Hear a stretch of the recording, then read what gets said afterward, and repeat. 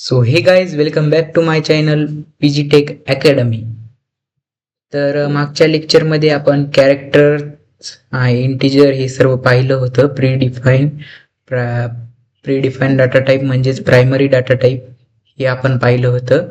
Data टाईपमध्ये to data टाईप्सचे type पडतात, user define आणि प्रीडिफाईन मधले हे सर्व डाटा टाईप्स आपण पाहिलेले आहेत. हा वाईडचा आपण नंतरनी पाहू. हे 4 तर आपण पाहिलेले आहेत. तर आज युजर डिफाईन डाटा टाईप काय राहतात ते पाहायचंय. हे प्रीडिफाईन प्रायमरी डिफाईन डाटा टाईप पाहिले. आता हे युजर डिफाईन्ड. तर मित्रांनो, युजर डिफाईन त्याच्या नावातच आहे किंवा हा डाटा टाईप डिफाईन केला जातो ते बी युजर द्वारा डिफाईन केलेल्या डाटा टाईपला युजर डिफाईन डाटा टाईप असं म्हणतात. User define data type. एक minute. In C language we can create user define data type. या सी प्रोग्रामिंग लँग्वेज मध्ये आपण user define data type create करू शकतो.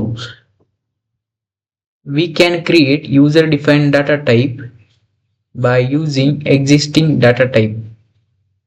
आपण युजर डिफाईन डाटा टाईप हे बनवू शकतो कुणाचा वापर करून? ह्या एक्झिस्टिंग डाटा टाईपचा. म्हणजे कोणते हे टाईप डेफ आणि इनम हे दोन डाटा टाईप आहेत. कीवर्ड्स म्हणजे हे दोन डाटा टाईप आहेत ज्याचा वापर करून आपण दुसरे user define data type define करतो. आता ते तुम्हाला जेव्हा आपण एक्झाम्पल घेता, जेव्हा आपण प्रोग्राम घेता तेव्हा तुम्हाला ते क्लिअर होईल. तर पुढच्या लेक्चरमध्ये, आता हे बहुतेक 4थं लेक्चर असेल, 4थं ते 5वं. तर पुढच्या लेक्चरमध्ये तुम्हाला सर्व मी प्रोग्राम्स घेणार आहे. तर आता आपण पाहूया टाईप डेफ म्हणजे काय. टाईप डेफ मध्ये तुम्ही एवढंच लक्षात ठेवा की टाईप डेफ हा predefine keyword which is use to create user define keyword. हा एक प्रीडिफाईन कीवर्ड आहे. प्रीडिफाईन कीवर्ड का म्हणून? कारण की या टाईप डेफची डेफिनेशन आधीच त्या प्रोग्रामिंग लँग्वेज मध्ये डेनिस रिच नावाच्या शास्त्रज्ञाने डिफाईन केलेले आहे. हे टाईप डेफचा वापर करून आपण युजर डिफाईन व्हेरिएबल म्हणजे कोणते व्हेरिएबल? जे युजर बनणार. युजर म्हणजे कोण? तुम्ही, आम्ही.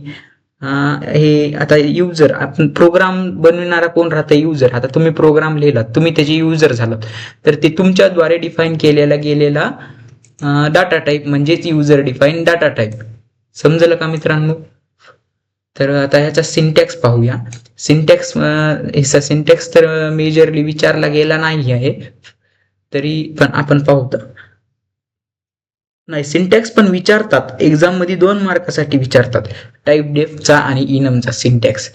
हे आता नोट्स मध्ये मी अपडेशन मारतो. ह्या सिंटॅक्सला जरा असं बॉक्स टाईप काहीतरी असं करून टाकतो, जेणेकरून सर्व हायलाइट मध्ये तुम्हाला दिसून जाईल. असं बॉक्स टाईप काहीतरी करून टाकतो. तर आता नुसतं बघून घ्या. सिंटॅक्स काय आहे? स्मॉल लेटर मध्ये लिहायचं टाईप डेफ. हा झाला त्याचा डाटा टाईप. कशाचा डाटा टाईप? या व्हेरिएबलचा. मार्क्स इथं काय झाला? व्हेरिएबल. तर ह्या व्हेरिएबल चा डाटा टाईप फ्लोट आहे. आणि जर तुम्ही आता हे मार्क्स तुम्ही डाटा टाईप म्हणून लिहू शकत नाही. कारण का? मार्क्स हे काय आहेत? व्हेरिएबल आहेत.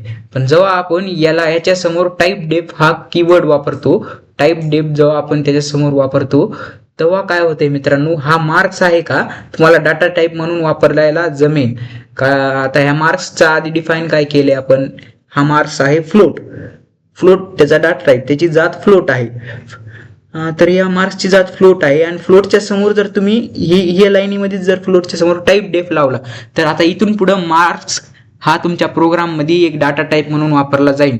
तो एका सिंगल प्रोग्राम मध्येच मर्यादित राहील. म्हणजे आता तुम्ही दुसऱ्या प्रोग्राम मध्ये जर हाच मार्क्स डाटा टाईप वापरायला गेला तर ते तुम्हाला एरर देईल. तिथं मार्क्स काय राहणार? तिथं तो व्हेरिएबल राहणार. मार्क्स जो आहे तो व्हेरिएबल राहणार. आताही इथं व्हेरिएबलच होता, पण ते आता फ्लोटमध्ये त्याची डाटा टाईप त्याचा डाटा टाईप फ्लोट डिक्लेअर केला युजरनी, आणि मग त्या फ्लोट डाटा टाईपच्या समोर टाईप डेफ कीवर्ड वापरला आणि त्याला काय बनविलं, मार्क्सला डाटा टाईप बनविलं. आता हे मार्क्सच कुठं पण आपण वापरू शकतो. मार्क्स इक्वल टू, आता हे काय झालं इथं, हे व्हेरिएबल्स झाली. PHY म्हणजे फिजिक्स आणि CHE म्हणजे केमिस्ट्री. फिजिक्स आणि केमिस्ट्रीचे मार्क्स हे पॉइंट मध्ये राहतात आणि हे पॉइंट मधले मार्क्स तुम्ही या मार्क्स वर स्टोअर करत आहात. मार्क्स काय आहे, फ्लोट. हे मार्क्स काय आहे, फ्लोट. याच्या जात कोणती, फ्लोट. तर हे असं डिफाईन करण्यासाठी टाईप डेफ कीवर्ड वापरतात. जेव्हा आपण प्रोग्राम पाहता तेव्हा तुम्हाला आणखीनच क्लिअर होऊन जाईल. त्यामुळं जवळ प्रोग्राम बघत नाहीत आपण तोवर तुम्ही असं जजमेंट लावूच नका की मला जमाना झालंय, मला काही येत नाही, समजत ना झालंय, तर काही ना काहीतरी करायला पाहिजे, असं काही जजमेंट एवढ्या लवकर घेत जाऊ नका. पण तुम्ही एक मात्र करू शकता, रिपीट जवळ समजत नाही तोवर व्हिडिओ बघायचे. प्रोग्राम्स आपले पुढच्या लेक्चर्स मध्ये प्रोग्राम घेणार आहोत, ते प्रोग्राम बघायचे आणि एकही लेक्चर सोडायचं नाही मित्रांनो. सिरियल वाईज लेक्चर बघायचे, लेक्चर नंबर वाईज लेक्चर बघायचे. युनिट 1चा L1 म्हणजे लेक्चर 1, युनिट 2चा L2 म्हणजे युनिट 1चा L2 म्हणजे लेक्चर 2, युनिट 1चा L3 म्हणजे लेक्चर 3, L3 म्हणजे लेक्चर 3. असे करून आपल्या युनिटवर सर्व व्हिडिओज अपलोड होत आहेत आणि पुढेही होणार आहेत. यामध्ये कोणतीही तजबीज केली जाणार नाही. Marks and in above example, या एक्झाम्पल मध्ये user defined data type which is used to create physics and chemistry variables. हे physics and chemistry variables आहेत आणि हा user defined data type झाला मार्क्स. कशामुळं, हे टाईप डेफ कीवर्ड वापरल्यामुळं. तर आता पुढे बघू द्या. enum is also known as enum. हा enum कीवर्ड आहे. ENUM चा फुल फॉर्म आहे, फुल फॉर्म म्हणजेच एन्युम्युलेटर. या एन्युम्युलेटर मध्ये हे काय आहे, enum हा एक कीवर्ड आहे. प्रीडिफाईन्ड word. enum is an predefined word which is used to create user defined data type. Same हीच लाईन आहे. टाईप डेफ is an predefined word which is used to create user defined data type. Same तीच line आहे. फक्त या enum मध्ये काय होतंय मित्रांनो, हा enum कीवर्ड वापरला जातो, हा ENUM, आणि हे डेज नावाचा हा डाटा टाईप तयार केला जातो. या डेज नावाचा हा व्हेरिएबल असतंय, पण ह्याला डाटा टाईप बनवलं जाते. या डाटा टाईप वरती मंडे, ट्यूजडे, वेडनेसडे ह्या अशा व्हॅल्यू स्टोअर होत राहतात. डेज मध्ये आता ह्या व्हॅल्यू स्टोअर होणार. ह्या सर्व व्हॅल्यू 7 व्हॅल्यू स्टोअर होणार या डेज वरती. हा डेज काय झाला, डाटा टाईप झाला. स्टोअर होणार म्हणजे या डेज वरती ह्या जर व्हॅल्यू स्टोअर झाल्या तर हा झाला व्हेरिएबल, हा झाला त्याचा डाटा टाईप. जेव्हा ह्याने टुडे डिस्प्ले केला तर आज कोणता डे असेल, समजा वेडनेसडे असेल तर आता इथं डिस्प्ले आउटपुट स्क्रीनवर काय येणार, वेडनेसडे येणार. जर तिथं फ्रायडे असेल तर FRIDE येणार, फ्रायडे आउटपुट स्क्रीनवर असं येणार जेव्हा आपण ही लाईन डिस्प्ले करताना तेव्हा. कारण का, ह्या डे मध्ये हे 7 हे फिक्स केलेले आहेत. हे 7 हे जे आहेत का, हे 7 हे फिक्स व्हॅल्यू आहेत त्या डे मध्ये. आणि या डेला आपण काय बनवलं आहे, डाटा टाईप. आणि हे डे आता इथं डाटा टाईप झाला. हे डे हे काय झालं, व्हेरिएबल झालं. व्हेरिएबलच्या आधी असणार तेच डाटा टाईप असते. आणि हे काय झालं, हे टाईप डेफ सारखा एक कीवर्ड झाला. हे डेच्या आधी वापरला जातो. तेव्हा मग हे enum वापरल्यानंतरच ते डेजला डाटा टाईप असं कन्सिडर केलं जाते. enum किंवा टाईप डेफ असं कोणत्याही डाटा टाईप आधी वापरलं तर त्याला युजर डिफाईन्ड डाटा टाईप म्हणलं जाईल. समजलं का मित्रांनो. फक्त त्याचा टाईप आधी डिक्लेअर करून टाकायचा आहे. टाईप डेफ मध्ये त्याचा टाईप डिक्लेअर करून टाकायचा. जसं की असा मार्क्स बनवायचं होतं आपल्याला, तर मार्क्सचा टाईप आधी आपण डिक्लेअर केला. काय होतं मार्क्सचा टाईप, फ्लोट. तसा डिक्लेअर करायचा, नंतर मी त्याला युजर डिफाईन्ड व्हेरिएबल बनवायचं. तर मित्रांनो आता एक्झाम्पल मध्ये पाहूया. टुडे इज मंडे हा डिस्प्ले होईल, व्हॅलिड राहील हा. आणि टुडे इज ABCD असं जर युजरने इनपुट मध्ये टाकलं तर ते इनव्हॅलिड राहील. कारण 7च डेज राहतात एका वीक मध्ये. Sunday, Monday, Tuesday, Wednesday, Thursday, Friday. तर ते 7 वीक पैकीच तुम्ही काहीतरी टाकू शकतात. असं हे ABCD दुसरं काही नाव टाकू शकत नाही. राम, श्याम, धाम असं काही नाव टाकू शकत नाही. तुम्ही हे इनव्हॅलिड राहील ह्या डेजमध्ये टाकताना. तर तुम्हाला टाकताना काय करायचं आहे, मंडे, ट्यूजडे, वेनसडे असं करून इन्सर्ट व्हॅल्यू करायचे आहेत. ते व्हॅल्यूज कशा टाकायच्या आहे हे सर्व प्रोग्राममध्ये पाहणार आहोत. काही काळजी करू नका मित्रांनो. In above example we have assign only those value to you today variable can give in a set. ह्या सेटमध्ये ज्या व्हॅल्यू आहेत त्याच व्हॅल्यू असाइन करू शकतो आपण. तर मित्रांनो चला तर मग आता पुढं पाहू. हे सर्व क्लिअर होऊन जाईल मित्रांनो, टेन्शन घेऊ नका. तर data type conversion. Data type conversion काय राहतं म्हणजेच टाईप कास्टिंग. डाटा टाईप कन्व्हर्जनलाच आपण काय म्हणू शकतो मित्रांनो, टाईप कास्टिंग. टाईप कास्टिंग म्हणजे काय राहतं, डाटा टाईप तर तुम्हाला समजलं असेल जात. डाटा टाईप काय राहतो, जात. तर convert one data type into another data type. Convert one data type into another data type is known as data type conversion or type casting. म्हणजे डाटा टाईप कोणकोणते झाले, INT इंट. या इंटचं convert one data type int into another data type FLOAT float. या इंटचं फ्लोटमध्ये conversion म्हणजेच data type casting. या इंटचं फ्लोटमध्ये कन्व्हर्जन, या इंट डाटा टाईपचं फ्लोट डाटा टाईपमध्ये कन्व्हर्जन किंवा फ्लोट डाटा टाईपचं इंट डाटा टाईपमध्ये कन्व्हर्जन यालाच टाईप कास्टिंग म्हणतो. टाईप कास्टिंगचे 2 टाईप्स आहेत मित्रांनो, इम्प्लिसिट टाईप कास्टिंग आणि एक्सप्लिसिट टाईप कास्टिंग. तर इम्प्लिसिट टाईप कास्टिंगमध्ये काय होतंय मित्रांनो, इम्प्लिसिट टाईप कास्टिंग ही सिस्टीमद्वारा केली जाते. सिस्टीमद्वारा म्हणजेच कोणाद्वारा, आपण जो कंपायलर यूज करतो त्याच्याद्वारा. आपण आता GDBचा कंपायलर यूज करतो, तर ही सिस्टीमद्वारा केली जाते. Implicit type casting is done internal by compiler. आपला जो GDB कंपायलर आहे का, GDB वाला कंपायलर, तो आपण ज्याच्यावर आपण प्रोग्राम लिहितात त्याला कंपायलर असं म्हणतात. तर ज्याच्यावर आपण प्रोग्राम लिहितात त्याला कंपायलर असं म्हणतात. तर GDB कंपायलर काय करतो, इम्प्लिसिट टाईप कास्टिंग करतो. म्हणजे ऑटोमॅटिक इंटरनली ते आपल्या हातात नसते. ती इम्प्लिसिट टाईप कास्टिंग हे कंपायलरद्वाराच केली जाते. Type casting which is done bye system is known as implicit type casting. हे तर त्याची थिअरी झाली. इम्प्लिसिट टाईप कास्टिंग म्हणजे काय हे झालं ते. तर त्याचं एक्झाम्पल पाहूया आता. Automatic conversion int to float. मी सांगितल्याप्रमाणे इंटिजरचं फ्लोटमध्ये कन्व्हर्जन होते. आता इथं पाहूया, किंवा फ्लोटचं इंटिजरमध्ये कन्व्हर्जन होते. आता इथं पाहूया, इथं काय झाले, इंटिजर नंबर. हा 9 काय आहे, इंटिजर नंबर आहे. आता तुम्ही म्हणता सर तुम्ही कसं ओळखलं हा इंटिजर नंबर आहे. इथं पॉईंटमध्ये व्हॅल्यू थोडी ना दिसायली तुम्हाला.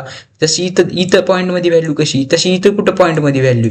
तर हे काय झालं मित्रांनो, तर हे काय झालं, हा 9 काय झाला इंटिजर. इथं पॉईंटमध्ये व्हॅल्यू नाही म्हणून. आणि इथं आता आपण हा एक व्हेरिएबल तयार केलाय आणि त्या व्हेरिएबलची जात कोणती दिली आपण मित्रांनो, फ्लोट म्हणजे पॉईंटमध्ये व्हॅल्यू. आता ह्याची इथं पॉईंटमध्ये व्हॅल्यू नाही, मग ह्याची जात तर फ्लोट दिली. मग जेव्हा आपण प्रिंट करतो का, हे मित्रांनो प्रिंट करताना असं वापरलं जातं फंक्शनसाठी. फंक्शनमध्ये हे असं वापरलं जातो. फ्लोटसाठी %f वापरतो, इंटसाठी %d वापरतो. हे आपण पुढे चलून पाहणारच आहोत. उद्याच्या लेक्चरमध्ये सर्व क्लिअर होऊन जाईल कशासाठी काय वापरतो आणि कसं डिस्प्ले होते. आता इतकंच समजून घ्या. इथं जर इंटिजर नंबर 9 असेल तर ते आउटपुट स्क्रीनवर आपल्याला काय दिसन, तर आउटपुट स्क्रीनवर जर ते माय फ्लोट हा व्हेरिएबल डिस्प्ले केला तर आपल्याला आउटपुट स्क्रीनवर 9.00 समथिंग असं आउटपुट दिसणार. कारण की त्याचं डाटा टाईप आपण फ्लोट बनविला आहे म्हणून. फ्लोट लिहिला आहे ना, मग ते इंटरनली कंपायलर काय करणार, त्याचं मनानेच आपलं पॉईंटमध्ये पुढची व्हॅल्यू देऊन टाकणार. कळलं का. आणि जर मित्रांनो इथं जर तुम्ही ही व्हॅल्यू ही 9000 पॉईंटवाली ही जर व्हॅल्यू तुम्ही 900 पॉईंटवाली इथं दिली असती आणि इथं इंट केलं असतं फ्लोटच्या जागी तुम्ही इंट केलं असतं INT इंट, तर तिथं व्हॅल्यू प्रिंट फंक्शन वापरल्यानंतर आउटपुटमध्ये तुम्हाला फक्त इतकंच आलेलं दिसलं असतं 9. हे सगळं 0.0 मध्ये आलेलं दिसलं नसतं, हे फक्त एवढंच येत होतं 9. कारण की इथं इंटमध्ये या पॉईंट मधल्याची व्हॅल्यू 0.00 याची व्हॅल्यू कन्वर्ट झाली इंटमध्ये. आणि इंटमध्ये तुम्हाला माहिती डेसिमल पॉईंट नसतात, म्हणजे इथं डेसिमल पॉईंटमध्ये काही राहणार नाही. तर बहुतेक तुम्हाला समजेल असेल मित्रांनो, एक्झाम्पल घेताना तर आणखीनच क्लिअर होईल. तर चला तर मग पुढे आता एक्सप्लिसिट टाईप कास्टिंग काय राहते बघू. Explicit type casting is done by manually by user. Programmer कोण आहेत? युजर आपण. प्रोग्रामर कोण आहेत? आपण. प्रोग्राम कोण लिहिणार? आपण.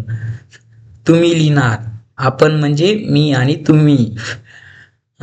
एक्सप्लिसिट टाईप कास्टिंग मध्ये काय होतंय पहा. हा मार्कर, हा explicit type casting which is done bye programmer is known as explicit type casting. कोण आहे प्रोग्रामर? तुम्ही. तुमच्याद्वारा केले जाणारे टाईप कास्टिंग, तुम्ही कन्वर्ट केलं जाणारं टाईप कास्टिंग, म्हणजे तुम्हाला कन्वर्ट करायचं इंटचं फ्लोटमध्ये कन्वर्ट करायचं, फ्लोटचं कॅरेक्टरमध्ये कन्वर्ट करायचं, कॅरेक्टरचं परत इंटमध्ये कन्वर्ट करायचं, तर त्या कास्टिंगला तुम्ही टाईप कास्टिंग असं म्हणतात. आणि ती कन्वर्ट केली गेली मॅन्युअली, म्हणजे तुमच्याद्वारे, युजरद्वारे, तुमच्याद्वारे म्हणजे प्रोग्रामरद्वारे. त्यालाच एक्सप्लिसिट टाईप कास्टिंग असे म्हणतो. Explicit type casting. तर त्याचा सिंटॅक्स पाहून घ्या मित्रांनो. व्हेरिएबल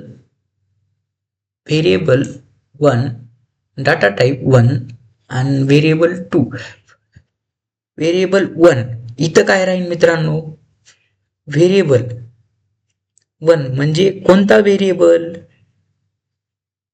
इथं तोच व्हेरिएबल राहील जिथं जी व्हॅल्यू तुम्हाला कन्वर्ट करायची आहे.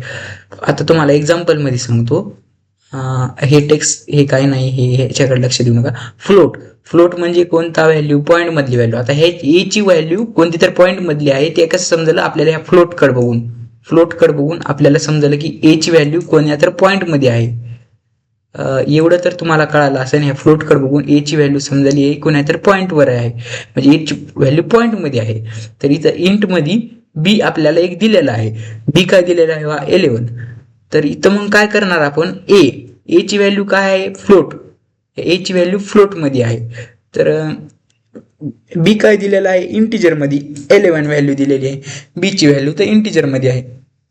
या इंटिजर व्हॅल्यूला फ्लोट मध्ये कन्वर्ट करायसाठी इथं तुम्हाला ब्रॅकेट मध्ये फ्लोट लिहून त्याची व्हॅल्यू ए ला द्यावं लागते. म्हणजे a equals to float, FLOAT float, आणि इथं बी म्हणजे बी ची व्हॅल्यू फ्लोट होणार आणि ती पुन्हा ए ला जाणार. बी ची व्हॅल्यू काय आहे? 11. ती फ्लोट झाल्यावर काय होणार आहे? 11.00 अशी होणार. पुन्हा ती व्हॅल्यू ए ला जाणार.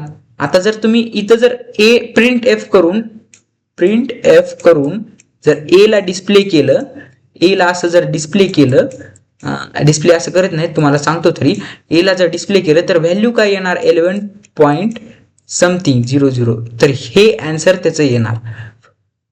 तुम्ही म्हणता कसं काय? इथं तर 11 ची व्हॅल्यू इंटिजर मध्ये दिलेली होती, पण आपण इंटिजरला कन्वर्ट केलेलं आहे मित्रांनो फ्लोट मध्ये. इंटिजरला फ्लोट मध्ये कन्वर्ट केलेलं आहे. कुठं? ह्या लाईन मध्ये बी हा इंटिजर नंबर आहे, त्याला फ्लोट मध्ये कन्वर्ट केलं आणि ह्या फ्लोटला ए मध्ये स्टोअर केलं. ह्या पूर्ण लाईनचा असा अर्थ होतो. त्याला एक्सप्लिसिट टाईप कास्टिंग म्हणतात. तर चला मित्रांनो आता पुढे बघू. हे प्रोग्राम घेतल्यावर तुम्हाला लवकर लक्षात येईल. आपण उद्याच्या लेक्चरमध्ये प्रोग्राम घेऊता, याच्या पुढच्या येईन त्या पुढच्या लेक्चरमध्येच. आता हे एक समजून घ्या मित्रांनो, हे एक बेसिकच आहे. बॅकस्लॅश कॅरेक्टर्स और इस्केप कॅरेक्टर्स हे महत्वाचा पार्ट आहे. स्लॅश एन मी तुम्हाला ह्याच्या आधीच्या प्रोग्राममध्ये तुम्हाला स्लॅश एनचा वापर सांगितला आहे. जेव्हा आपण न्यू लाईन साठी वापर करतो तेव्हा आपण स्लॅश एन प्रोग्राममध्ये यूज करतो. स्लॅश एन न्यू लाईन साठी वापरले जातात. स्लॅश बी कशाला वापरतात? बॅक स्पेस एका ह्याने माग स्पेस. स्लॅश टी कशाला वापरले जातात? Horizontal tab. आपण कसा टॅब मारतो, टॅब मारल्यावर 4-5 स्पेस असं एकदाच पुढे सरकतात. ज्यांनी MSc IT केली त्यांना माहिती असेल. तर मग ती एकदाच हॉरिझॉन्टलनी सरकणार पुढे. त्या /v म्हणजेच व्हर्टिकल टॅब. जसा हा हॉरिझॉन्टली सरकतो तसा हा व्हर्टिकली सरकतो, वरून खाली सरकतो. आणि हे डबल कोटेशन हे कॅरेक्टर आहे, बघून घ्या. ते जेव्हा आपण प्रिंट एफ मध्ये एखादे वाक्य प्रिंट करायचं असेल तेव्हा आपण डबल कोटेशन वाक्य वापरतो, डबल कोटेशन मध्ये वाक्य ते लिहितो. तर चला तर मित्रांनो, हे सर्व आपण प्रोग्रामद्वारे समजून घेऊ. तर मित्रांनो, आता मी ही पण इमेज साईडला ओपन केलेली आहे जेणेकरून तुम्हाला समजेल की आपण काय काय करीत आहोत. तर प्रोग्राम लिहित असताना आपण आता इथून पुढे प्रोग्राम लिहिणार आहोत. तर तो प्रोग्राम आधी लिहूता आपण. ती इमेज तर तुम्ही पाहून घेतलीच असेल. प्रोग्राम लिहूता आपण हॅश इन्क्लूड, आधी हेडर फाइल्स आपण टाकून घेऊता. हेडर फाइल्स कोणती? Hash include hash include stdio.h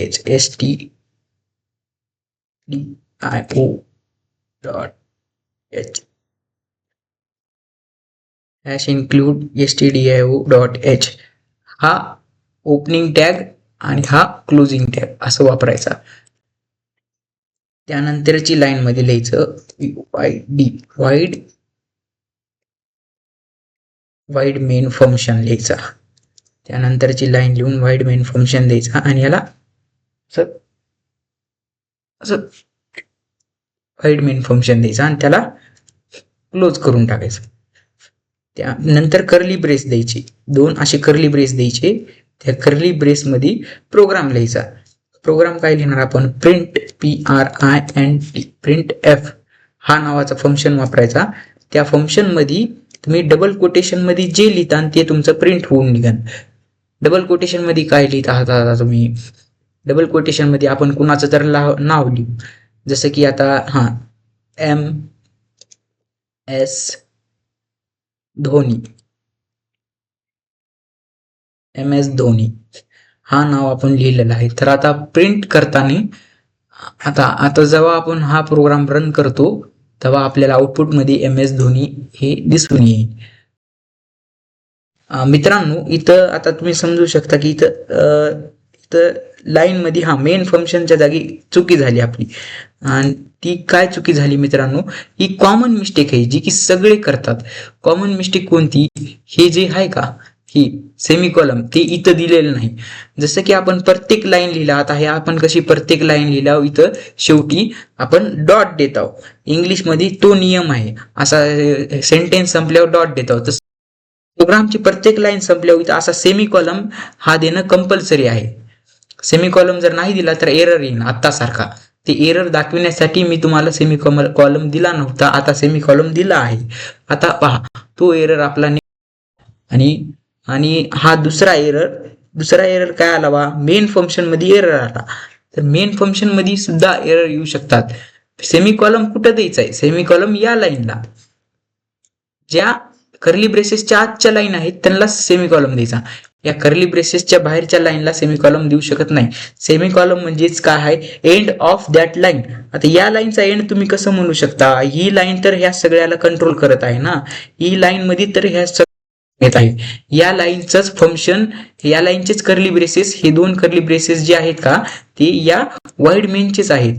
आणि ह्या लाईनला तुम्ही असं करून एंड करता म्हणल्यावर काय उपयोग आहे त्याचा? हा तर जमणार नाही ना. तर मग इथं मेन फंक्शन मध्ये तुम्ही असं टाकू शकत नाही. हे सांगण्यासाठी मी तुम्हाला उलट टाकून दिलतं, तर ते टाकू शकत नाही तुम्ही. तर आता पाहूता मित्रांनो, आता रन होणार हा प्रोग्राम. आउटपुट मध्ये येणार MS धोनी. हे पहा मित्रांनो, आउटपुट मध्ये आलेला आहे MS धोनी, माही भाई. MS धोनी हा आउटपुट मध्ये आलेला आहे आपलं. तर आता मित्रांनो, MS धोनी तर झाली. आता तुम्ही म्हणता प्रिंट एफ मध्ये फक्त इतकंच का? आणखीन एवढंच प्रिंट होतो का? तुम्हाला पाहिजे तेवढे प्रिंट एफ तुम्ही टाकू शकता.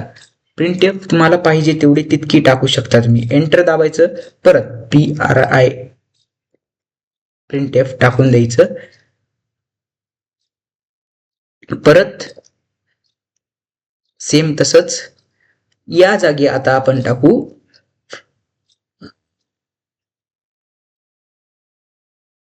विराट.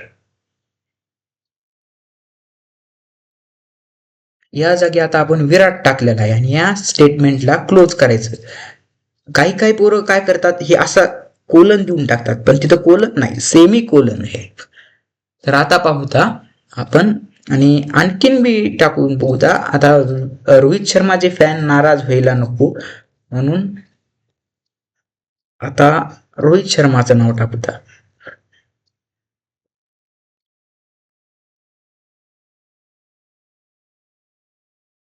कॅपिटल मध्ये टाकू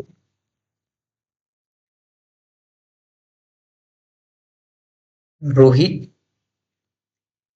शर्मा. नाही, असं रोहितच टाकून देऊ एवढंच.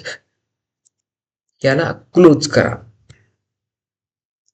तर आता मित्रांनो आउटपुट मध्ये हे तिन्ही नावं प्रिंट होणार, पण तिन्ही नावं प्रिंट होणार. हा मित्रांनो, मी म्हणलं होतं तिन्ही नावं प्रिंट होणार, पण बरोबर नाही. काय झालं, MS धोनी हा सुद्धा प्रिंट झाला नाव, विराट कोहली हा सुद्धा प्रिंट झाला नाव आणि रोहित हा सुद्धा प्रिंट झाला नाव. पण तुम्ही पाहू शकता मित्रांनो, या नावामध्ये गॅप जरा साच आहे, गॅप जरा साच आहे. आणि या नावाला विराट, रोहित, धोनी हे स्पेशल पर्टिक्युलर एक एक लाईन वर आपण टाईप केलते इथं त्या प्रोग्राम मध्ये, नीट डिस्प्ले होता आणि ते सर्व एकाच लाईन मध्ये डिस्प्ले झालेत. तर ते चुकीचं आहे.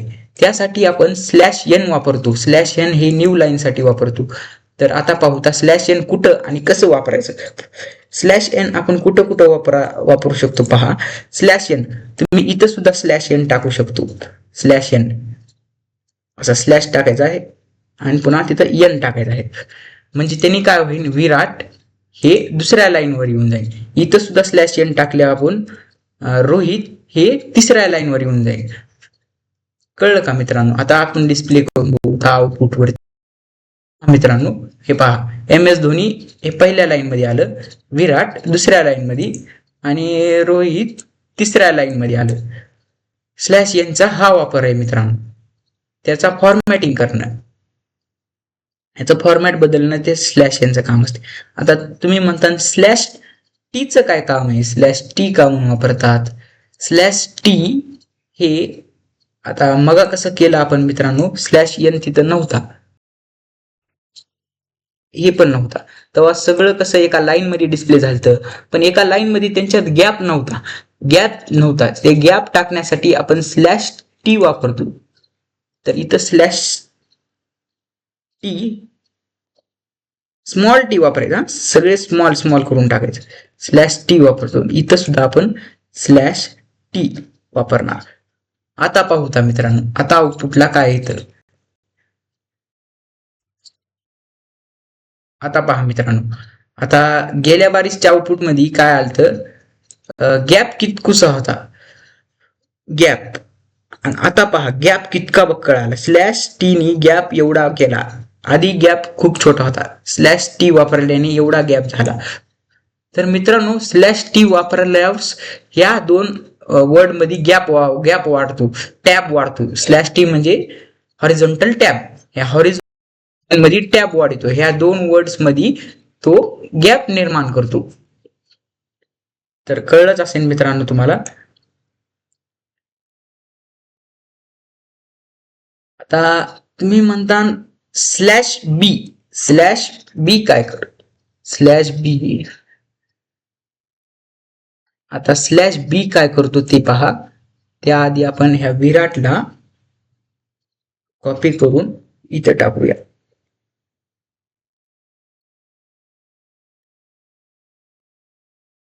विराट कोहलीला धोनी जवळ टाकूया.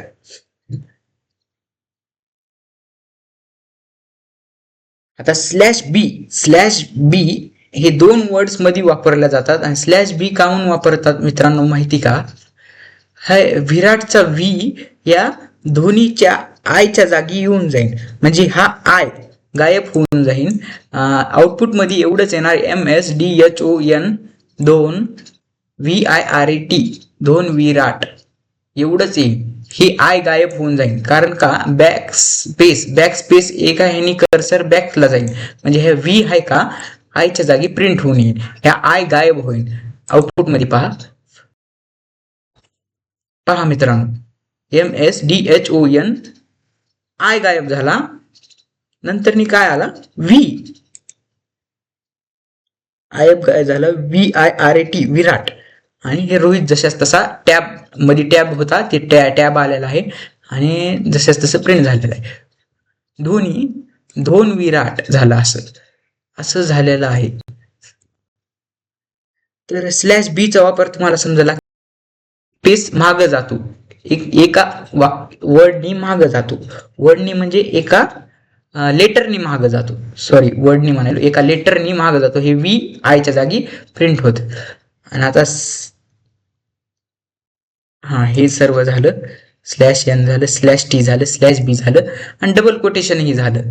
डबल कोटेशन इथं पहा, डबल कोटेशन कसं झालं हे पहा, इथं हा डबल कोटेशन वापरला आणि इथंही हा डबल कोटेशन. डबल कोटेशन मध्ये जे काही तुम्ही लिहिता तो आउटपुट स्क्रीनवर प्रिंट होऊन येणार मेसेज. ते समजलं मित्रांनो. आणि क्वेश्चन मार्कचं तर काही नाही, ते क्वेश्चन मार्क आपण जेव्हा क्वेश्चन हे करतो का तेव्हा क्वेश्चन मार्क ऍड करायचं. तर आय होप तुम्हाला सर्व समजलं असेल.